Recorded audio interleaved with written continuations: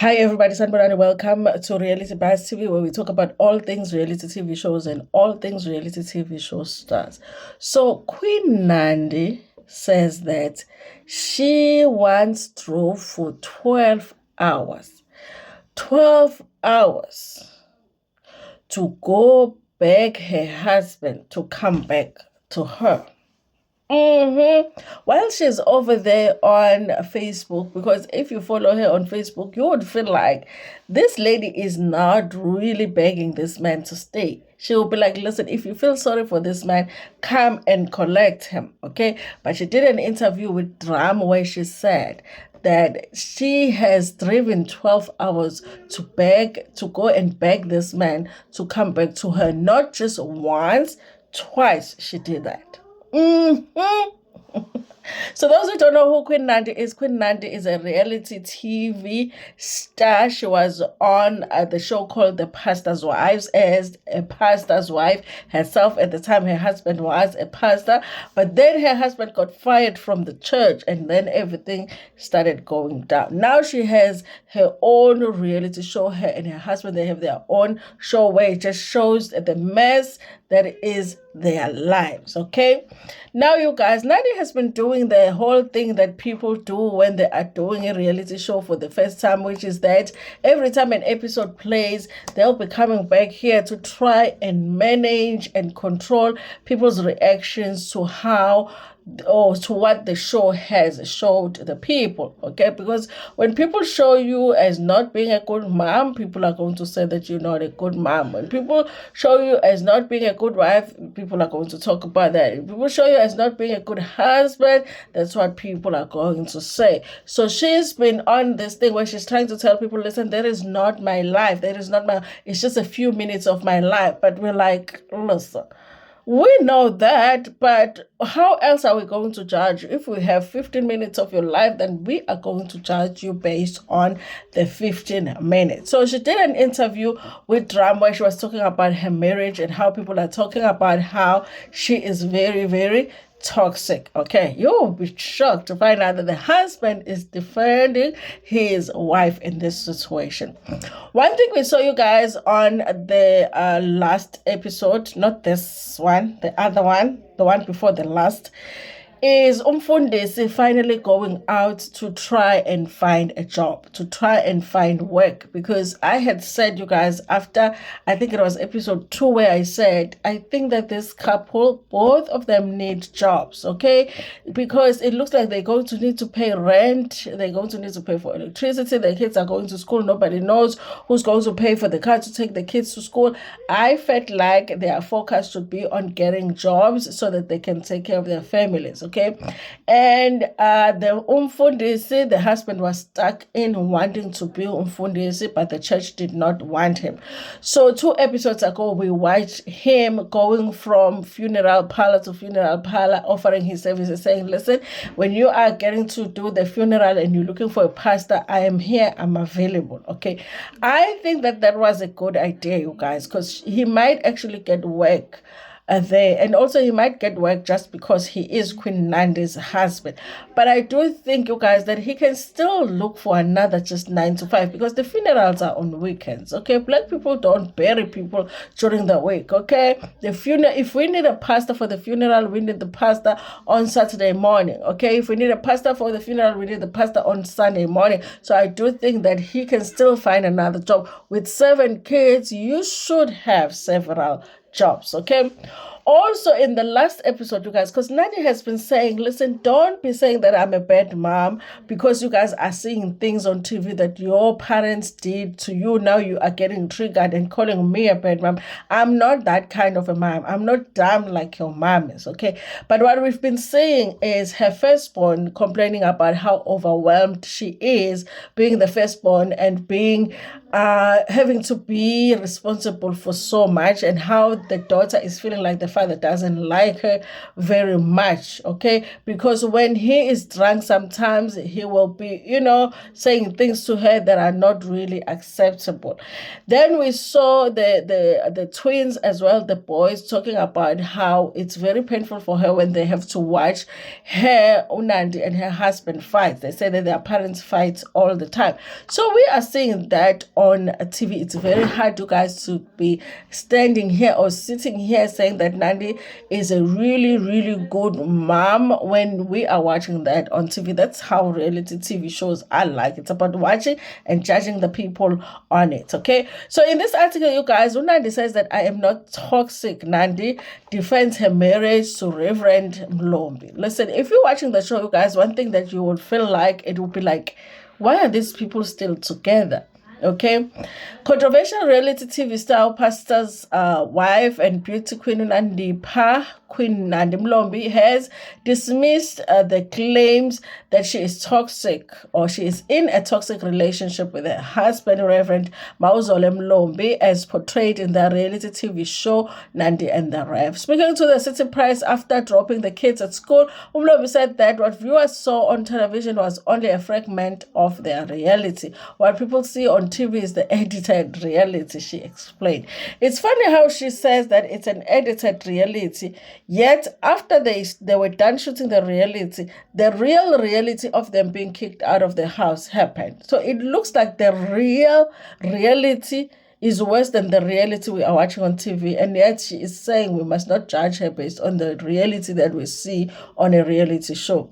Okay, the reality star admitted that there was a point where she felt like giving up on her marriage. This came after her husband walked out, forcing her to bargain with him. She said she twice drove almost 12 hours to beg her husband to stay in her marriage. 12 hours she drove twice to beg her husband to stay in her marriage. She explained that her husband believed he could simply walk away when the marriage was not working, while she had grown up watching her parents' 35-year union. Although she acknowledged that marriage was not perfect, she believed that they loved each other through their struggles. Okay, listen, you guys, our parents' relationships be messing us up because Promise also, I was watching one of Promise Makunyane's videos where she was saying that no matter what, she believes in marriage because she has seen it work for her parents. I think she said something like that.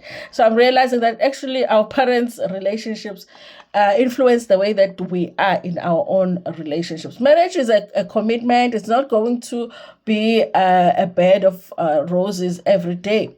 I look at how we've turned out and say, I'm glad we stuck it out. While many argue that staying in an unhealthy marriage damages the children, Lombi has a different view. One could easily say that if you don't stay in a toxic marriage, kids will be damaged. Kids will be damaged anyways, okay? They have issues anyways, okay? She added that she would not give up on the marriage because she had worked hard to preserve it.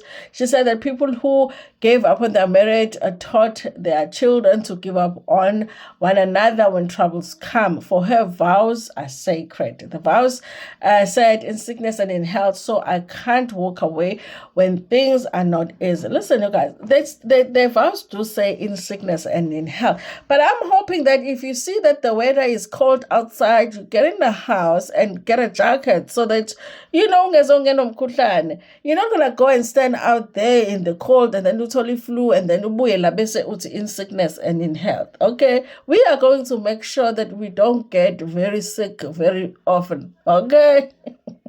That's what it means. It just doesn't mean it's just going to be out there getting sick and that, you know.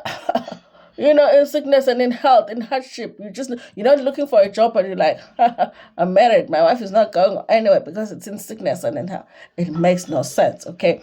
And also the point that she's making to say that whether you leave the marriage or you don't leave the marriage, the kids would be damaged. I kind of feel like she's right there, you guys, because there are people that have gone through a hard time and are not doing very well in relationships because their parents went their separate ways when they're younger.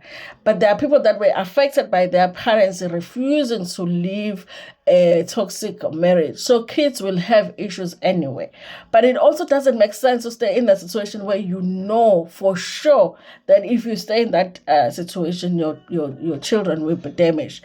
Asked why they agreed to participate in a reality show despite their marital struggles, Mlombi said that it had been her dream. She said that she had always loved the entertainment industry, but she got tired of making money for other people through her personality. She initially tried to enter the industry through modeling, but her height counted against her. Instead, she decided to let her personality open doors. After being a pastor's wife for 3 seasons, she decided to have her own show after being on The Pastor's Wives. According to her, the decision was about honesty. We chose to show the better side of marriage, but there is also the worst. I believe we have a duty to show people that we stay because we know there are better days. The mother of 7 said much of the criticism directed at her stemmed from viewers projecting their own experiences.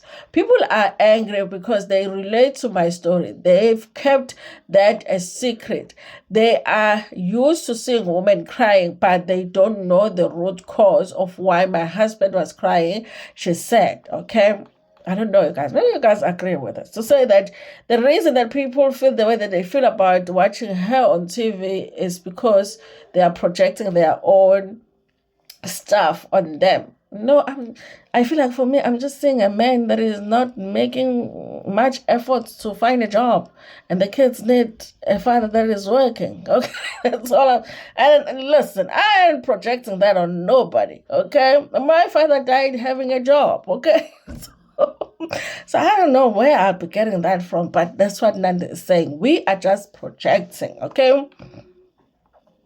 At first, the backlash was draining because people didn't have context. I didn't just decide to make him cry. There were obviously fights and frustrations, she said. She emphasized that reality TV does not provide enough time to capture the full context of her personal life. The controversial personality also revealed that part of her frustration stemmed from her husband's dismissal from the Methodist Church in 2022, and that he had hoped that the door would open for him again. He was dismissed because of his wife's controversial life. Here's the thing, you guys. I do wonder, when Nandi was exposing all that she was exposing about the church, was she still hoping that her husband will continue working for the church? Because that wouldn't make sense. I understand if you're leaving the church, okay? Because I've left the church myself, okay? And I've told of my experience from a church. I understand when you're leaving a church to whatever, to tell it all, okay? But to tell it all and still expect that they would let you stay in the church and they would let your husband live in a free house, get paid to work in the church. I don't know, you guys. I kind of feel like it was unrealistic to expect that the church was going to do that. The very same church that she was saying that the people in the church are not very holy. Okay, so why were they going to be taking care of you and your family when you had exposed their secrets, allegedly? Okay, born in Durban and raised in Lusikisiki, Eastern Cape by her maternal grandmother, from the age of 2, Mlombi grew up surrounded by a large extended family. Her grandmother cared for her for about 30 children, including cousins, relatives, left in her care while her parents worked in the city. At the age of 10, Mlombi returned to Durban to live with her parents and her uncle's children after his passing. She grew up in a blended family with multiple siblings, which shaped her love for a big family. When I married to a small family with just my mother-in-law, husband, and his little brother, I was bored. At Christmas, it would just be the 5 of us at home. We looked forward to holidays because everyone came together, she said. Lomi met her husband when she was 20 and married him at 22. She admitted she struggled with her in-laws' family dynamics, which felt distant compared to her own upbringing. I still struggle with my husband, who can go months without talking to his brother. There's no fight, but they are okay with not talking. That's not healthy for me. Okay, Mlomo, who was disqualified from Mrs. South Africa pageant in October 2023 for not fitting the pageant's image by having her own big family, was also breaking the generational curses. She said that as much as the nuclear family structure was not always perfect, it was what she wanted. I think that's why I'm holding on. I feel for him, my husband. It's normal for a woman to have kids and do without the father. That's normal because his mother had him at a young age. I didn't want a blended family. I wanted to be intentional about avoiding the same administration I saw my parents dealing with, she said. The 38-year-old said that she was more patient and supportive towards her husband. She added that she was focused on making money to secure her family's future. Nandi and the Rev airs every Sunday at 7 p.m. on Mzansi Magic, DSTV, channel 161. Listen, look, guys, every time I talk about this show, I'm always going to say that I think that this is one of the best shows that we have on TV right now. Their show is really, really good. But I do struggle, you guys, with her always saying that it's not really her reality. Because for me, her TV show is actually looking like one of those reality shows where they tried to show like the real struggles of Nandi, her husband, and her kids. The only thing that we know for sure is not their real life that is part of the show, is the fact that they live in Sensin, which we know that that's not where they live, basically, because the production had rented that house just for them to shoot because they did not have a place to stay. They were staying in a one room. The whole family was staying in one room. So they rented the house in Sensin for them to shoot the show. And we were also not supposed to know that. Remember that only came out when Nandi and her family were kicked out of that property. And then the lady that owned the property had to explain why Nandi was being kicked out of the property. She said, listen, the production had rented the house and it was only for a certain amount of time. They paid me. Now it was time for Nandi to move out of the house, and she did not want to move out of the house. Everything else, you guys, really does look like it's real what they're trying to do with their lives. It's the struggles that the children are going through. Looks like it's the real struggles that they are really going through. Okay, anyway, you guys, thank you so much for watching this video. Please like it before Pumegona, share it with your friends, with your family, and even with strangers in Tanda Kaku.